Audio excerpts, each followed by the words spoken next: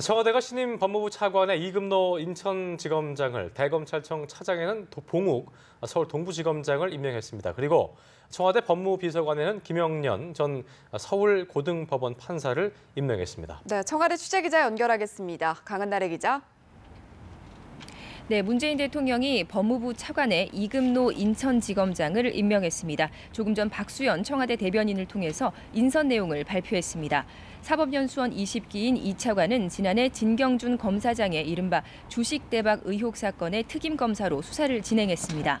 대검 차장에는 봉욱 서울 동부지검장이 임명됐습니다. 사법연수원 19기인 봉 차장은 대검 공안기획관, 법무부 기획조정실장, 법무실장 등을 거쳤습니다. 지난주 사의를 표명한 이창재 법무부 차관과 김주연 대검 차장은 의원 면직 처리됐습니다. 청와대 법무비서관에는 김영현 전 인천지방법원 부장판사가 임명됐습니다. 사법연수원 29기인 김 비서관은 앞서 헌법재판소 헌법연구관 서울고등법원 판사로 일했고 새 정부가 현직 법조인의 청와대 파견 근무를 제한함에 따라서 어제 사표를 제출한 것으로 알려졌습니다. 네, 앞서 오전에는 문재인 대통령이 내각과 청와대 비서진 인선안도 발표했는데요. 이 내용도 함께 정리해 주시죠. 네, 오늘 오전 문재인 대통령은 청와대 춘추관에서 내각과 청와대 비서진 등 총 7명의 인선안을 직접 발표했습니다. 이번 내각 인선은 국무총리 대행인 유일호 경제부총리가 제청권을 행사했습니다.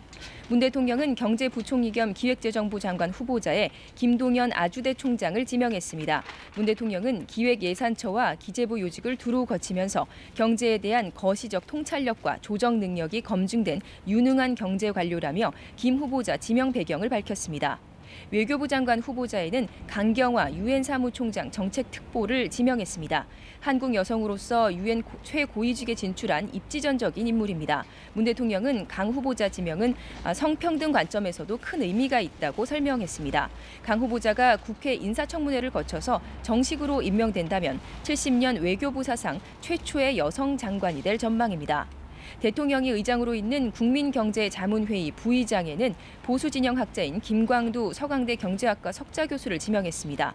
문 대통령은 저와는 다른 정치적 길을 걸어왔지만 합리적 진보와 개혁적 보수가 손을 잡아야 한다 생각한다고 말했습니다. 청와대 비서진의 추가 인선도 발표했습니다.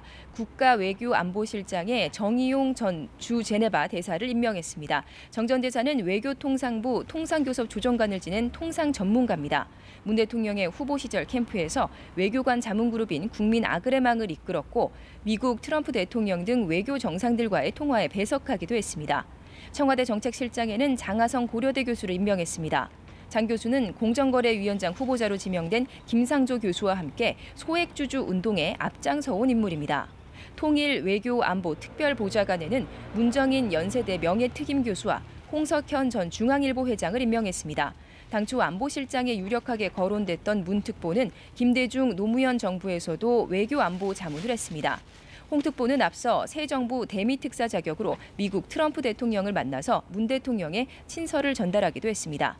한편 문재인 대통령은 내일 하루 휴가를 내고 오늘 양산 사저로 내려갔습니다. 박수현 대변인은 대통령이 양산에서 국정구상을 하고 있으며 모레 김해 봉하마을에서 열리는 노무현 전 대통령의 8주기 추도식에 참석할 예정이라고 전했습니다.